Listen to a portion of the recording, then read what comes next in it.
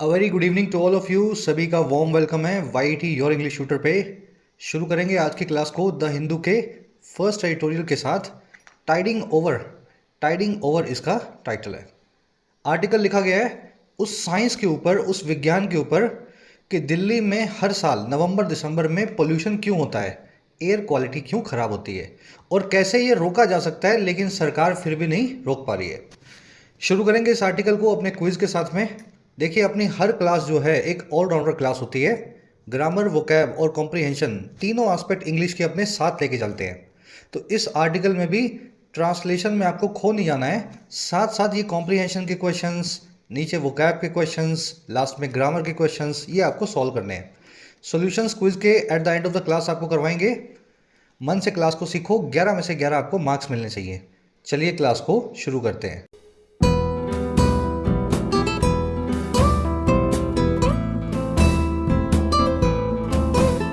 चलिए, कह रहा है जी टाइडिंग ओवर।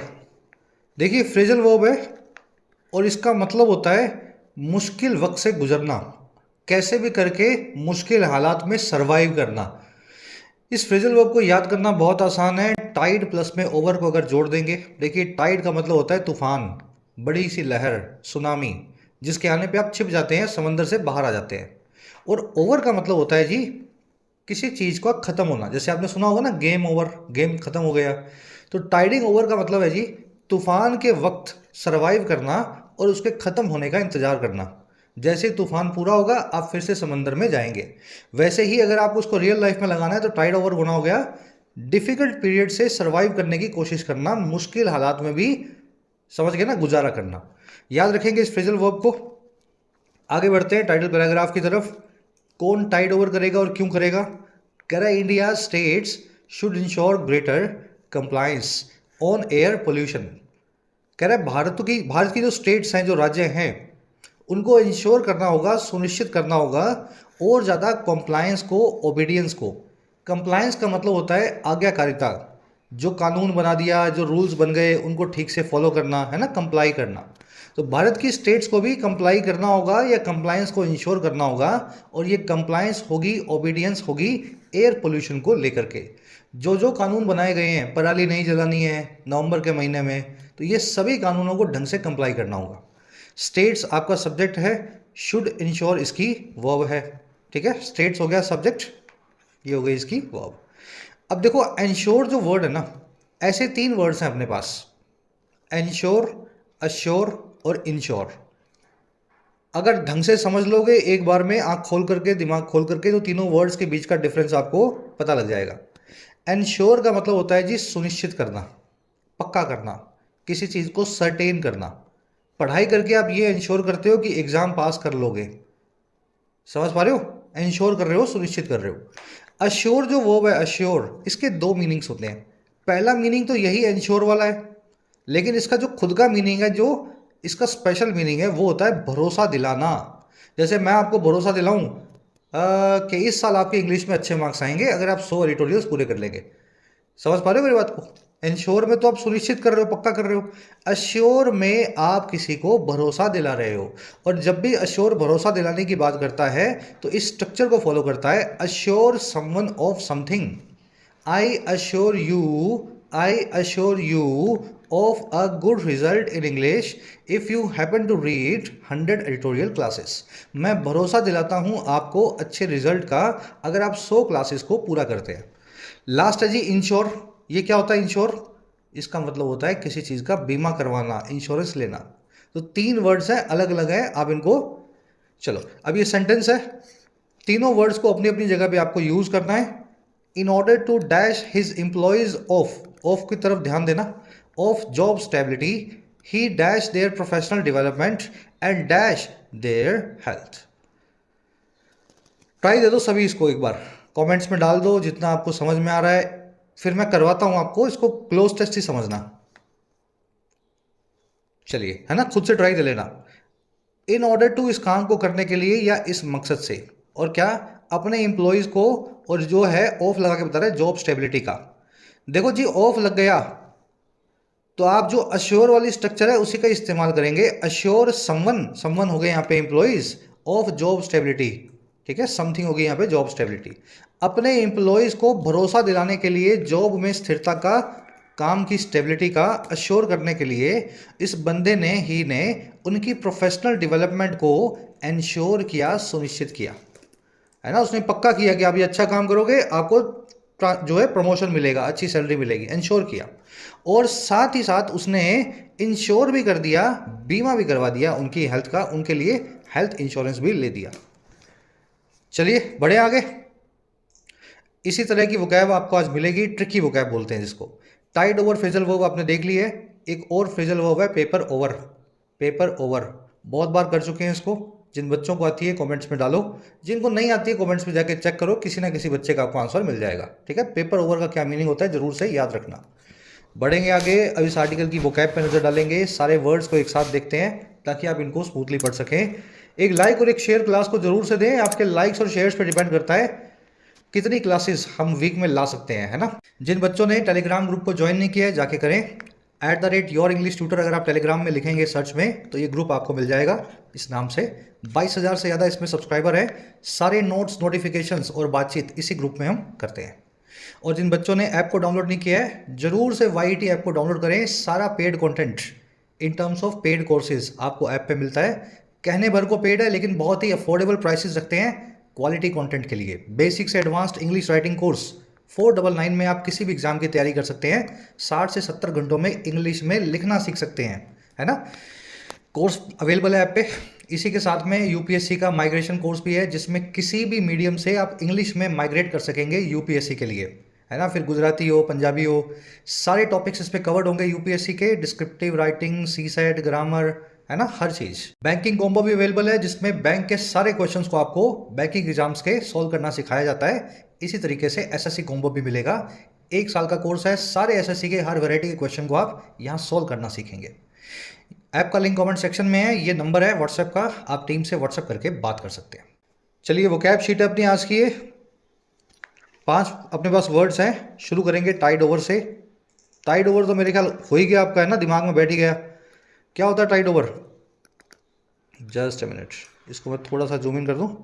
टाइड ओवर का मतलब होता है जी सर्वाइव करना डिफिकल्ट पीरियड से, मुश्किल हालात से गुजरना। Most people don't have savings enough to tide over a tough period of 2-3 months without their monthly salary. ज़्यादातर लोग जो हैं उनके पास सेविंग्स इतनी नहीं होती हैं जो इनफ हो गुजारा करने के लिए मुश्किल हालात को 2-3 महीनों का बिना अपनी मंथली सैलरी के। टाइड ओवर को सर्वाइव करना, एंड्योर करना और विथस्टैंड करना भी बोलते हैं। इस फ्रेजल वर्ब को आर्टिकल में आप देख चुके हैं। अगला वर्ड अपने पास लैंडमार्क। देखिए अगर आप कहीं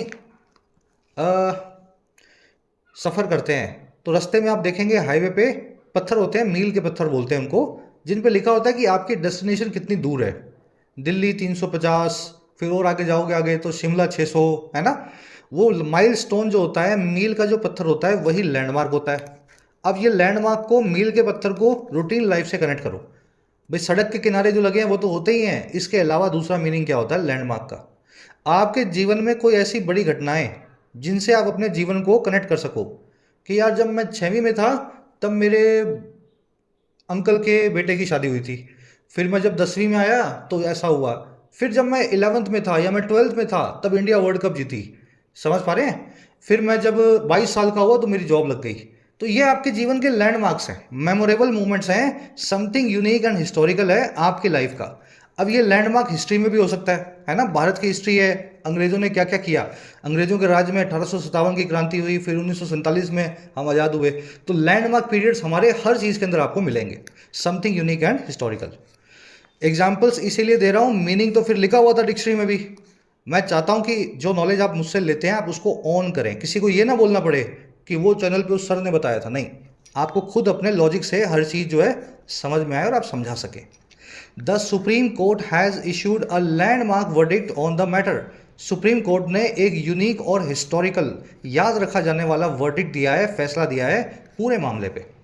लैंडमार्क को mile post, watershed, turning point और इन्फ्लेक्शन पॉइंट भी बोलते हैं। आज आप इन्फ्लेक्शन पॉइंट, ये जो वर्ड आर्टिकल में देखेंगे। टर्निंग पॉइंट और इन्फ्लेक्शन पॉइंट क्या होते हैं? ऐसे चल रही है कोई चीज़, अचानक से ऐसे हो जाए, मोड़ आ जाए, उसमें कुछ नया हो जाए, कुछ अलग हो जाए, इन्फ्लेक्शन पॉइंट। चलिए अगला वर्ड अपने पास प्रिक्लूड। बड़ा आसान है, इसको ब्रेक कर दो। प्री मतलब पहले से, और ये वर्ड बना है प्री के साथ में एक्सक्लूड को जोड़ देने से। एक्सक्लूड मतलब अलग करना, किसी चीज़ को बाहर करना। प्री मतलब पहले से, मतलब आपने पहले से ही अपने दिमाग में बना रखा है कि ये चीज़ तो नहीं, इसको तो मैं नहीं लूँगा, इसको तो मैं नहीं खाऊंगा, ये तो मैं नहीं करूँगा। समझ गए? Pre exclude is equal to preclude. Any diet plan should preclude fast food. किसी भी डाइट प्लान को प्रिक्लूड कर देना चाहिए, पहले से ही बाहर निकाल देना चाहिए फास्ट फूड को। इसको रूल आउट करना, फॉरबिड करना, एलाइड करना भी बोलते हैं। ऑब्विएट भी इसका सिनोनिम है, बड़ा अच्छा वर्ड है ऑब्विएट। आज आप एलाइड नाम का वर्ड आर्टिकल में देखेंगे, कभी ऑब्विएट आएगा है ना, फिर ऑब्विएट को आपको ब्रेक करके दिखाएंगे। चलो, सेकंड लास्ट वर्ड है अपना आज का कंसर्टेड। कंसर्टेड का मतलब होता है जी कोऑर्डिनेटेड और मिला जुला सहयोग से होता हुआ कोई काम। जब चार लोग मिल करके एक ही काम पे लग जाते हैं तो उनके कंसर्टेड या कोऑर्डिनेटेड एफर्ट्स होते हैं। The centre and state governments have started a concerted campaign. State और सेंटर की सरकारों ने एक कोऑपरेशन वाले अभियान को या कैंपेन को शुरू किया है। और क्यों? To encourage people to get vaccinated. Encourage करने के लिए लोगों को कि वो वैक्सीनेटेड हो जाएं, वो टीकाकरण करवाएं।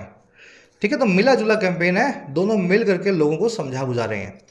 कंसर्टेड को सिंक्रोनाइज्ड, कोलैबोरेटेड इन वर्ड से बताया जाता है। एक फ्रेज भी होता है इसके लिए, इन टेंडम। इन टेंडम, जो बच्चे क्लास में पुराने हैं इसको देखते ही समझते होंगे। टेंडम वो वाली बाइसाइकिल है, वो वाली साइकिल है जिसमें बहुत सारे टायर्स होते हैं और काफ़ी लोग मिलकर के उसको चलाते हैं। आपने देखा होगा ना कभी किसी मूवी में, किसी सॉन्ग में, किसी वीडियो में 4-5 लोग मिल करके एक ही साइकिल चला रहे हैं, वो होती है टेंडम साइकिल। उस साइकिल का नाम होता है टेंडम। तो इन टेंडम का मतलब होता है जी उस साइकिल की तरह जब सब लोग मिल करके उसको चलाएंगे तभी वो चलेगी, नहीं तो वो खड़ी रह जाएगी। उस साइकिल की तरह ही मिलजुल के काम करना। चलिए, लास्ट अपने पास वर्ड है आज का एंटेल। ब्रेक कर दो इसको। टेल मतलब पूंछ। एन एक रूट वर्ब है, एक प्रीफिक्स है जो कि वर्ब बनाने के लिए लगाया जाता है, किसी चीज को अपनी पूंछ बनाना। अब इसका मतलब क्या है जी? अगर आपने मेहनत कर दी है तो सफलता तो पूंछ बन करके आएगी ना। तो हार्डवर्क एंटेल्स सक्सेस। अगर किसी ने मर्डर कर दिया है तो सजा तो, पनिशमेंट तो पूंछ बन के आएगी ना। भाई मर्डर किया तो पीछे पीछे सजा भी आएगी उसकी।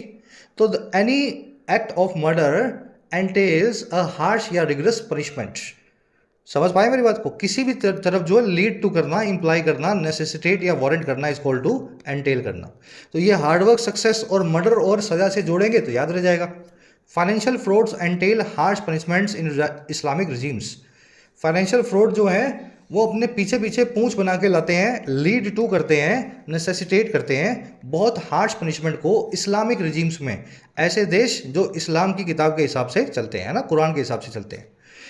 चलिए, डिटेल में हो गई ये सारी वोकैब। अब आएंगे आर्टिकल पे, एक समरी लें किस बारे में लिखा हुआ पता लगे। रोज अगर क्लास ले रहे हो, रोज का मतलब है वीक में कम से कम 3 दिन, 4 दिन या 5 दिन भी, तभी ये बेनिफिट्स आप ले पाएंगे डिटेल के अंदर हर चीज़ को सीखने का। एक दिन में सब कुछ कवर नहीं किया जा सकता। आप देखेंगे 1-1.5 महीने में ऑलमोस्ट सारे ग्रामर रूल्स और ऑलमोस्ट सारी वोकैब कवर हो जाती है। समरी ये इस आर्टिकल की।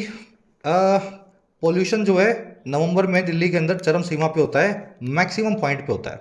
और इसके पीछे का साइंस ये है कि नवंबर में हरियाणा में, पंजाब में, यूपी में किसान जो है पराली को जलाते हैं। और पराली जलने के बाद क्या होता है जी, दिल्ली में जैसे जैसे मानसून पीछे जाता है अपने साथ वो हवाएं भी ले जाता है, तो दिल्ली में हवा बंद हो जाती है। ये सारी पराली दिल्ली के ऊपर जमा हो जाती है आकर के, सारे धुएं के अंदर दिल्ली वाले खांसते रहते हैं नवंबर के महीने में। इसके अलावा व्हीकल का ट्रैफिक भी है, इंडस्ट्रियल ट्रैफिक भी है, जिसकी वजह से सारा धुआं होता है। हमारा आर्टिकल कह रहा है कि ये सारा साइंस तो हमें अच्छे से पता है नवंबर में क्या होगा। 5 साल 10 साल से हम देख रहे हैं, हर साल नवंबर में हो भी रहा है और इस साल भी हो गया। लेकिन सरकार जो है ना, अभी भी इस चीज़ में सक्षम नहीं हुई है कि पराली को बंद करवा दे। अगर इस धुएं को रोकना है तो साइंस को फॉलो करना होगा, कुछ भी करके आसपास की स्टेट्स को ये सबक लेना होगा कि किसानों की पराली जल्दी बंद हो, नहीं तो हर साल दिल्ली इसी तरीके से खांस खांस के मरेगी नवंबर दिसंबर के महीने में। आज की टोन है सजेस्ट कर रहा है क्या किया जा सकता है। कुछ छोटी मोटी चीज़ें और भी हैं, वो आप ट्यूटोरियल के दौरान जो है पढ़ते हुए देखोगे। शुरू कर रहा हूँ। कह रहा Delhi and parts of the surrounding states of Punjab, Haryana and Uttar Pradesh encounter there annual air quality inflection point.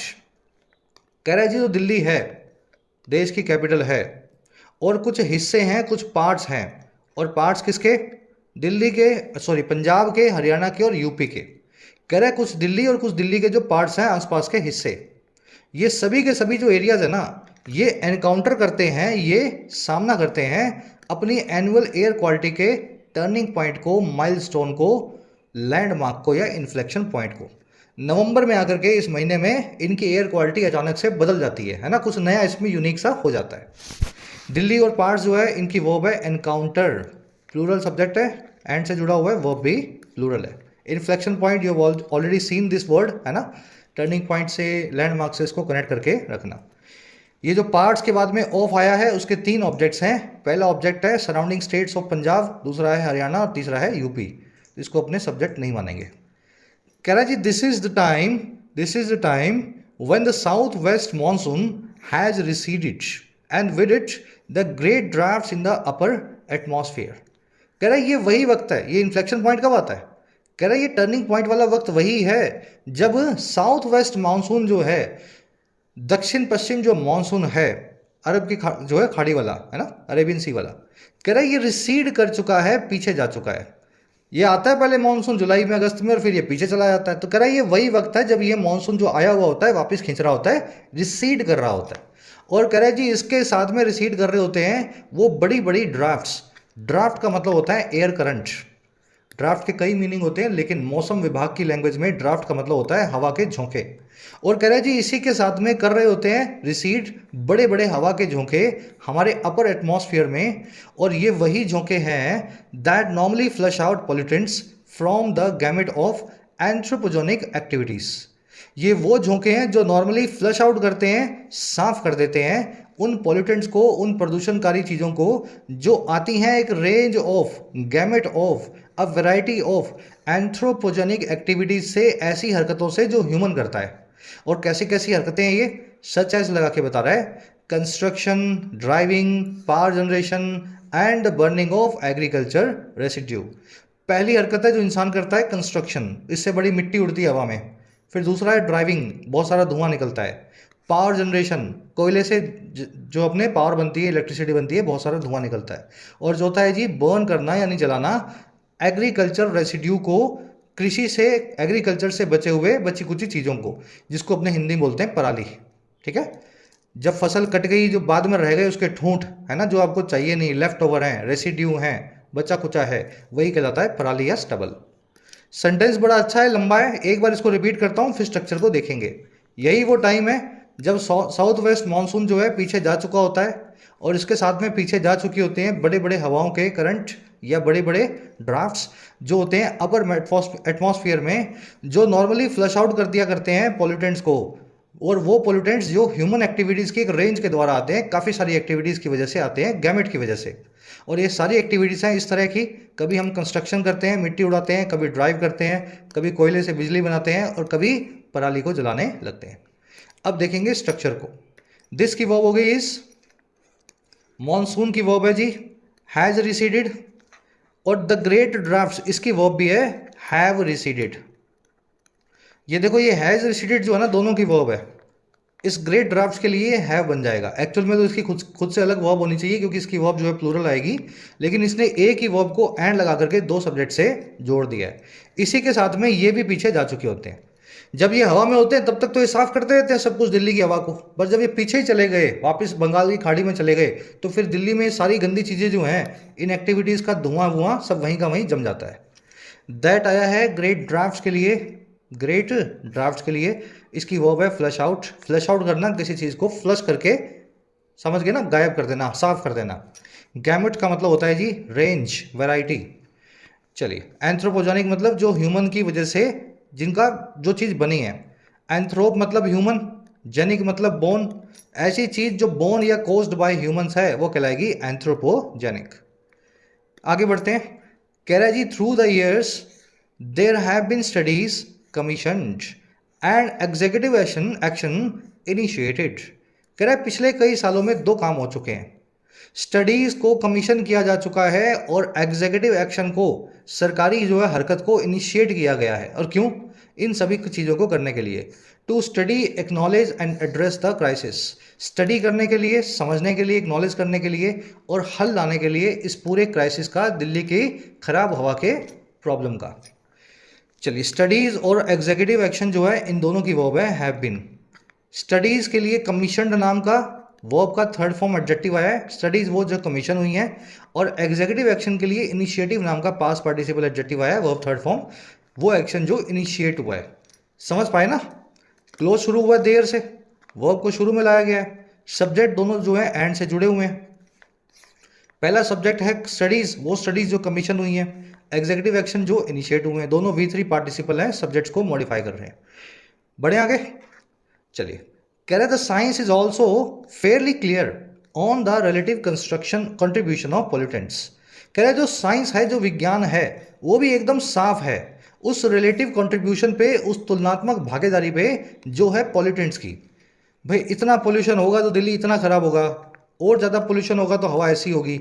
हर चीज़ का साइंस हमारे पास है कि कब कितना पोल्यूटेंट कितना एयर क्वालिटी खराब करता है। और साइंस इस चीज़ पे भी है, and the limits of corrective intervention in the face of adverse meteorology and disruption to economic life. और उस लिमिट्स पे भी साइंस हमें पता है, उस सीमा पे भी पता है जो है करेक्टिव इंटरवेंशन की, सुधारात्मक कार्रवाई की। और ये सुधारात्मक कार्रवाई कब होगी, करेक्टिव एक्शन कब होगा, जब हम फेस कर रहे होंगे खराब मौसम को, एडवर्स मेट्रोलॉजी को। एडवर्स मतलब खराब, मेट्रोलॉजी मतलब मौसम विभाग, मौसम वेदर साइंस। और डिसरप्शन का भी साइंस है, उस डिस्टर्बेंस का भी साइंस है जो इकोनॉमिक लाइफ पे आता है, आर्थिक जीवन पे आता है। दैट दिस कैन इंटेल, जिसको ये पूरी चीज़ इंटेल करेगी अपने पीछे। जब ये सब कुछ करोगे तो आप जो है सारी चीज़ आपके पीछे पूंछ बन के आएगी। तो हमें अच्छे से पता है पोल्यूशन कितना होगा तो कितनी हवा खराब होगी, और कितना हम सही कर सकते हैं इस हवा को, हमारी लिमिट क्या है, और जो भी लिमिट है उसकी इकोनॉमिक कॉन्सिक्वेंसेज क्या है, लोगों को कितना नुकसान होता है, ये भी हमें अच्छे से साइंस के थ्रू पता है। साइंस की वर्ब है इज। कहने का मतलब ये है कि ज़्यादा कुछ हम कर नहीं सकते हैं, आपको पोल्यूशन को ही रोकना पड़ेगा। आप करेक्टिव एक्शन की फॉर्म में दिल्ली को राहत नहीं ला सकते हो। दिस की वर्ब है कैन इंटेल, इंटेल करना, किसी चीज़ को जरूरी बनाना। कह रहे the consequence of this is that the air pollution crisis has now devolved into a stalemate. कह रहे इस पूरी घटना का कॉन्सिक्वेंस ये है, परिणाम ये है दिस का, कि जो एयर पोल्यूशन का क्राइसिस है अब वो डिवॉल्व हो गया है, तब्दील हो गया है एक स्टेलमेट में, एक ऐसी समस्या में जिसका ना कोई हल है। समझ गए? कॉन्सिक्वेंस यानी नतीजा, रिजल्ट, इसकी वर्ब है इज। क्राइसिस की वर्ब है हैज डिवॉल्व्ड इनटू। डिवॉल्व का मतलब होता है डी प्लस में इवॉल्व, किसी चीज़ का खराब हो जाना। इवॉल्व में तो बेहतर होती है चीज़ें, विकसित होती हैं, डेवलप होती हैं। डी इवॉल्व मतलब और खराब हो जाना, है ना, चेंज हो जाना लेकिन खराब वाले तरीके से। स्टेलमेट आप जानते हैं, ऐसी सिचुएशन जहाँ ना आप आगे जा पाए ना पीछे आ पाए। इसको lock jam, impasse, deadlock, gridlock, standstill, सभी वर्ड से बताया जाता है। स्टेलमेट मतलब बिना सोल्यूशन की प्रॉब्लम। चलिए और आगे बढ़े। कह रहा the commission for air quality management और CAQM which is tasked with addressing the causes of air pollution Delhi and the adjoining states is now a body packed with expertise। कह रहा है कमीशन भी बनाई गई है CAQM, जिसको task दिया गया है, टास्क विद होना, किसी काम को आपको ऑफिशियली दिया जाना। कह रहा है ये वही कमीशन है जो काम दी गई है, टास्क विद की गई है, एड्रेस करने से, संबोधित या हल लाने से इन सभी कॉजेज का जो है एयर पोल्यूशन का दिल्ली में और एडजॉइनिंग स्टेट्स में। कह रहा है ये जो कमीशन है ना, ये अब सिर्फ एक बॉडी है, एक संस्था है, एक ऑर्गेनाइजेशन है जो भरी हुई है, पैक्ड विद है एक्सपर्टीज से, स्किल से, है ना, एक्सपर्टीज से। कह रहा है लेकिन हुआ क्या इसमें, but whose powers are limited, लेकिन जिसकी ताकतें सीमित हैं, पावर्स लिमिटेड हैं। और कहाँ तक? Limited to invoking and recommending grades of measures, कि ये इवोक कर सके और रेकमेंड कर सके। इवोक करना किसी चीज़ को, एक्टिवेट करना, रेकमेंड करना उसकी सलाह देना।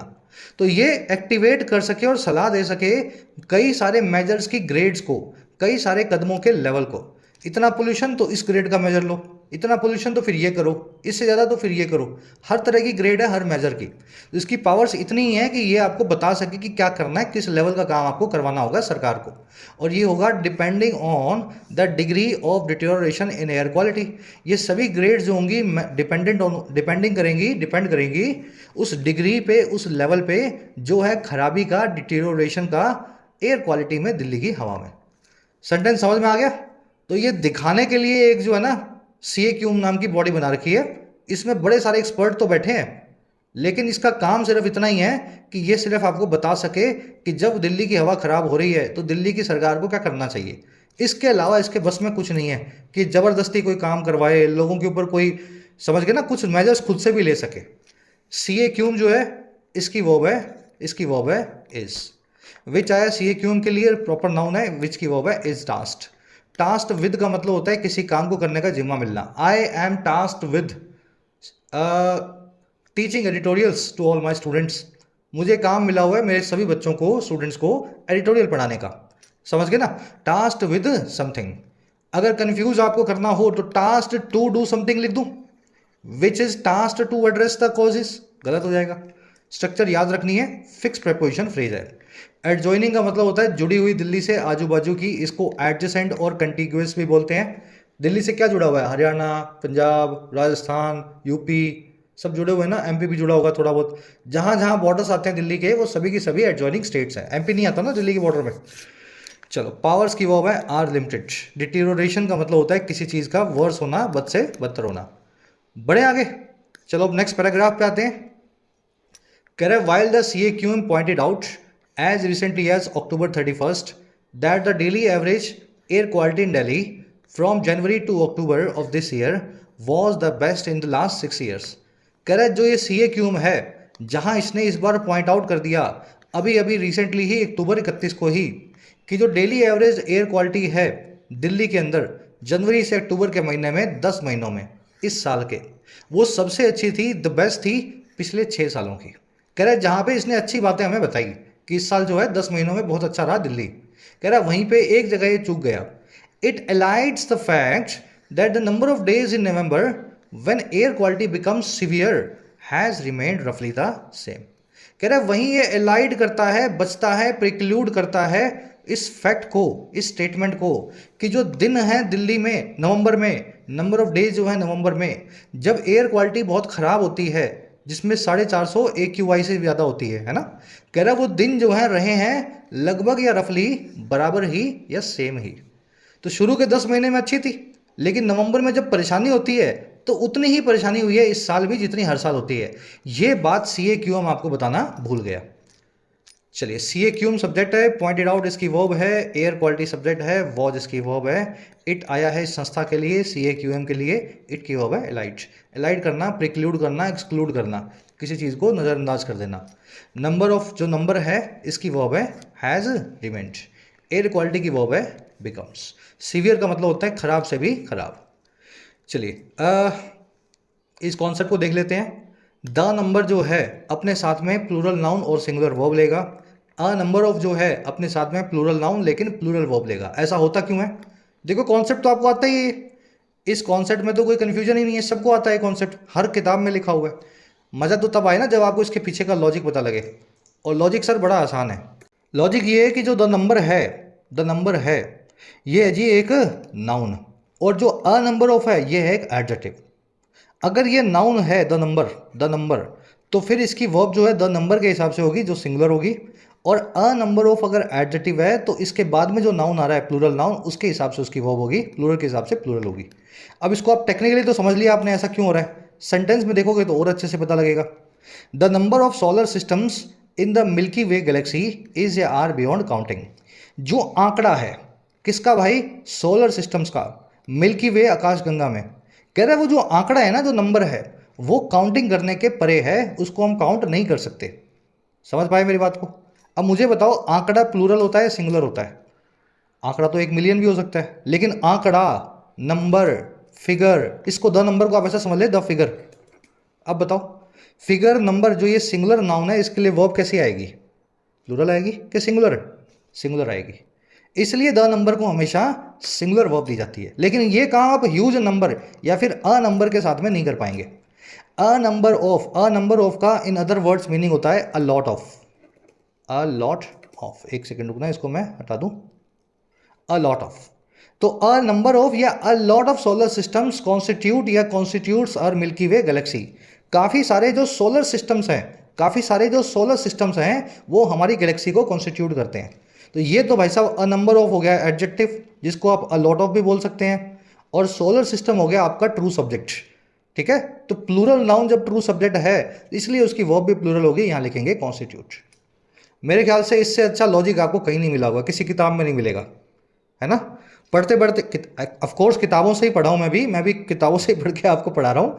लेकिन अपने जो किताबें पढ़ते हैं इंडिया में वो बहुत काम चलाने भर की होती हैं, इसके लिए आपको अलग अलग राइटर्स की बुक्स पढ़नी होती है। ये चीज़ें आपको लॉजिक से वहीं पता लगेंगी।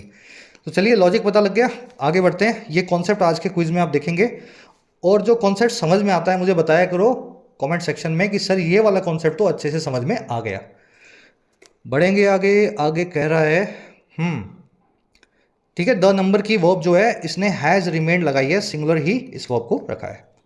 कह रहा है thus in 2022 the AQI was in the severe category in the first fortnight of November for 3 days। कह रहा है इस प्रकार से 2022 में देखें तो जो AQI है, AQI क्या है, कितना पोल्यूशन है हवा में, कितने पार्टिकल्स हैं। कह रहे जो AQI है वो सीवियर कैटेगरी में था, बहुत ख़राब कैटेगरी में था पहले 15 महीनों में, नवंबर के 3 दिनों के लिए। कह रहा है द सेम एज इन 2021, 20 और 2019। कह रहा है जो सेम था 21 में भी, 20 में भी और 19 में भी। तो हर साल ही ये होता है, इस बार भी कोई फर्क नहीं आया नवंबर के महीने में। कह रहा है while there is greater awareness and action to curb the sources of pollution, November which has in recent years emerged as the critical month for pollution remains to be tamed। अब ये वही बात बोल रहा है, बाकी सारे महीनों को हमने सही कर दिया नवंबर को छोड़ के। कह रहे जी जहाँ पे ग्रेटर अवेयरनेस आ गई है, जागरूकता आ गई है, और एक्शन भी आ गए सरकार के द्वारा कर्ब करने के लिए, कंट्रोल करने के लिए पोल्यूशन के सोर्सेज का, सरकार बहुत अच्छा कर रही है। कह रहा वहीं पे जो नवंबर है जो कि रिसेंट ईयर में इमर्ज हुआ है, हाल के कुछ सालों में उभरा है, एक बहुत ही गंभीर महीने के तौर पे, क्रिटिकल मंथ के तौर पे पोल्यूशन के मामले में, वो आज भी जारी है, रिमेन्स है, टेम किया जाना, शांत किया जाना या कंट्रोल किया जाना। तो बाकी सब कंट्रोल कर दिया, नवंबर को कंट्रोल नहीं कर पाते, और नवंबर में ही सबसे ज़्यादा पोल्यूशन आपको मिलेगा। अवेयरनेस एंड एक्शन दोनों की वर्ब है इज, टेक्निकली वर्ब होनी चाहिए आर। ठीक है, लेकिन इसने क्या बना दिया, उनको कंबाइंड आइडिया वाला नाउन बना दिया। Bread and butter, cart and carriage, science and technology, time and tide. तो अवेयरनेस एंड एक्शन की वर्ब इसने इज दे दी, जो कि आर होनी चाहिए टेक्निकली। नवंबर के लिए आया विच की वर्ब है हैज़ इमर्ज्ड। नवंबर की वर्ब है रिमेन्स, टेम करना किसी को, समझ गए ना, कंट्रोल करना। नवंबर सब्जेक्ट होगा और वर्ब होगी remains. Incidents of stubble burning in Punjab, Haryana and Uttar Pradesh this year have been रफली half that when compare to previous years. कह रहे जो इंसिडेंट्स हैं, घटनाएं हैं, और किस चीज़ की, स्टबल बर्निंग की। स्टबल बर्निंग क्या होती है, पराली जलाना। ऊपर देखा ना एग्रीकल्चर रेजिड्यू, जिसको आप पराली बोलते हैं, स्टबल बोलते हैं। कह रहे घटनाएं जो है पराली जलने की इन सभी स्टेट्स में इस साल वो रही हैं लगभग आधी, बजाय उसके या उसके मुकाबले जब आप कंपेयर करें प्रीवियस ईयर से, पिछले सालों से। Though the weeks ahead are expected to see more such activity. हालांकि अब आगे के जो हफ्ते हैं उनसे ऐसी एक्सपेक्टेशन है, वो ऐसा एक्सपेक्टेड है कि ऐसी और एक्टिविटी को वो देखेंगे, परालियाँ और अभी जलनी बाकी हैं। इंसिडेंट्स की वर्ब है हैव बिन, परफेक्ट टेंस में। अच्छा, वीक्स की वर्ब है आर कंपेयर्ड। ठीक है, दोज और दैट वाली एरर आप जानते हैं, बराबर वाली चीज़ों को कंपेयर करने के लिए होता है। इंसिडेंट्स को इंसिडेंट से कंपेयर करने के लिए प्रीवियस ईयर से, इसलिए इसने दैट यूज़ किया। टेक्निकली इसमें दोज आना चाहिए, आज गलतियां काफ़ी की हैं द हिंदू ने। भाई इंसिडेंट्स आई हैव बिन रफली half those when compare to previous years. ठीक है, ये आधे रहे हैं उन इंसिडेंट्स के, दोज के, जब आप पिछले सालों से कंपेयर करें। कह रहे जी while the measures earlier have been an institutionalised response to tackle air pollution, it is now time for a concerted approach. कह रहे जहाँ जो मेजर्स हैं, जो कदम है, पहले वाले वो रहे हैं एक इंस्टीट्यूशनलाइज रिस्पॉन्स को। इंस्टीट्यूशनलाइज मतलब सरकार का एक सिस्टम के तौर पे मिला जुला रिस्पॉन्स है ना, सरकार के सारे तंत्र, सारे डिपार्टमेंट, इंस्टीट्यूशंस लगे हुए हैं। तो यही मेजर्स अभी तक हम अपना सके हैं कि सरकार ही कुछ कर पाती है। और क्यों? टैकल करने के लिए एयर पोल्यूशन को। कह रहे जहां अभी तक ये रहा है, अब क्या वक्त हो गया? कह रहा है जी अब वक्त आ गया है, इट इज़ नाउ टाइम एक मिली जुली अप्रोच का। और क्यों? To address the challenges of November के चैलेंजेस को एड्रेस करने के लिए। तो सरकार के साथ साथ लोगों को भी अब आगे आना होगा। मेजर्स की वर्ब है हैव बिन, इट की वर्ब है इज, कंसर्टेड मतलब इन टेंडम मिला जुला। इट इज़ टाइम के बाद में अगर दैट लग के क्लोज आता, दैट लग के क्लोज आता तो फिर वर्ब की सेकंड फॉर्म का इस्तेमाल किया जाता, लेकिन यहाँ वो आया ही नहीं केस, है ना। अगर दैट लग के कोई सब्जेक्ट वर्ब का पेयर आता तो हम पास्ट सब्जेक्टिव मूड का इस्तेमाल कर सकते थे, लेकिन यहाँ पे वो केस ही नहीं है, सब्जेक्ट और वर्ब दिया ही नहीं हुआ इट इज़ टाइम के बाद। कह रहे beyond stubble burning this means addressing the more daunting challenges of vehicular pollution and construction dust. कह रहे स्टबल बर्निंग के भी पार, पराली जलाने के भी पार। इस पूरी बात का मतलब ये है कि हम एड्रेस करें और ज़्यादा डॉन्टिंग चैलेंजेस को, ऐसे चैलेंजेस जो बड़े ज़्यादा खतरनाक हैं, डॉन्टिंग हैं, है ना, मुश्किल हैं, जो हैं व्हीकल पोल्यूशन के, व्हीकल से निकलने वाले धुएं के और कंस्ट्रक्शन की डस्ट के। ये काम भी हमें करना होगा, इन दोनों चीज़ों को भी कंट्रोल करना होगा। दिस की वर्ब है मीन्स। कह रहा है while urban Delhi could have always blamed the distant farm fires for the pollution crisis, tackling November may mean hard measures and great inconvenience। कह रहे जहाँ अर्बन दिल्ली जो है, शहरी दिल्ली के जो इलाके हैं, वो हमेशा ही ब्लेम करते आए हैं डिस्टेंट फार्म फायर्स को, दूर दूर से आने वाली पराली की आग को या उसकी, समझ गए ना, उसके धुएं को, पोल्यूशन के क्राइसिस के लिए। कह रहे वहीं पे टैकल करना नवंबर को मीन करेगा बहुत ही मुश्किल मेजर्स, बहुत ही मुश्किल कदम और लोगों के लिए और ज़्यादा असुविधा या इनकन्वीनियंस। तो आप ब्लेम तो कर सकते हो, लेकिन उसके साथ में जो मेजर्स उठाने पड़ेंगे वो मुश्किल होंगे, लोगों के लिए सुविधाएं नहीं होंगी उनके अंदर। दिल्ली की वर्ब है कुड हैव ब्लेम्ड, टैकलिंग की वर्ब है मे मीन। इनकन्वीनियंस का मतलब आप समझते हैं असुविधा। Bodies such as the CAQM have to assert their independent credentials and ensure greater coordination and compliance। कह रहे ये सारी बॉडीज जो हैं CAQM जैसी, इनको असर्ट करना ही होगा, दावा ठोकना ही होगा अपने इंडिपेंडेंट क्रेडेंशियल्स का, अपने आज़ाद होने के सर्टिफिकेट का। ये आज़ाद बॉडीज़ हैं, तो आज़ाद होने का दावा इनको ठोक करके आगे आना होगा और कुछ मेजर्स लेने पड़ेंगे। और क्यों लेने पड़ेंगे?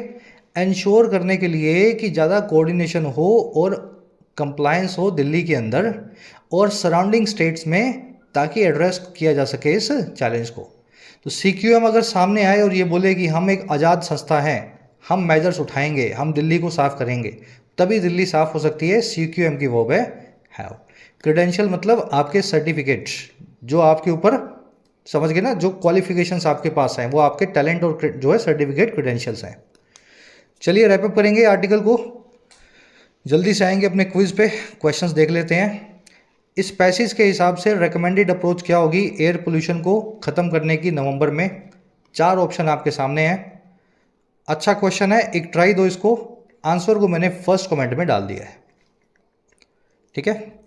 सेकंड में पूछा है जी इनमें से कौन सी चीज़ को मेंशन नहीं किया गया है एक खराब क्वालिटी का कारण? चारों में से किस चीज़ का नाम इस आर्टिकल में नहीं था? ये तो बिल्कुल प्रीलिम्स लेवल का क्वेश्चन है, ठीक है। करो, कोशिश करो। Answer is in the first comment, answer is in the first comment, ठीक है। इसका भी तीसरा, चौथा, पांचवा, छठवां, सातवां, आठवां कॉलम्स को मैच करना है। फॉर एग्जांपल आप कंटिग्यूअस को प्रिक्लूड से करेंगे, टाइड ओवर को कंसर्टेड से करेंगे, तो मैच करवाओ। सारे वोकैब वर्ड्स ये आपको करवाए गए हैं, आंसर डाल दिए फर्स्ट में कमेंट में, वहाँ से मैच कर लेना। पहले खुद से मैच करो, है ना, मैच करवा के देखो। लास्ट वाले में 3 ग्रामर एरर्स मिलेंगी, बता देता हूँ एरर्स कहाँ मिलेंगी। पहली मिलेगी इसके आसपास या इसकी वजह से, दूसरी मिलेगी इस वर्ड के आसपास या इसकी वजह से, और तीसरी मिलेगी इस वर्ड के आसपास या इसकी वजह से।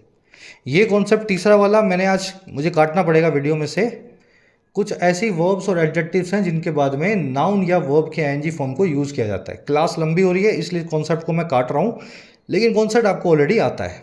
ठीक है, तो वर्थ को आपको चेक करना है, इसके बाद में इन्फिनेटिव लगाएं या नाउन लगाएं। कॉन्सेप्ट जो है आपको आर्टिकल की पीडीएफ में मिल जाएगा, टेलीग्राम ग्रुप से पीडीएफ को डाउनलोड करें, यहाँ पे कहीं आपको ये कॉन्सेप्ट मिलेगा। बताना आउट ऑफ 10 कितने मार्क्स मिले। 11। मुलाकात लेंगे आपसे कल के लेक्चर में। Until then signing out.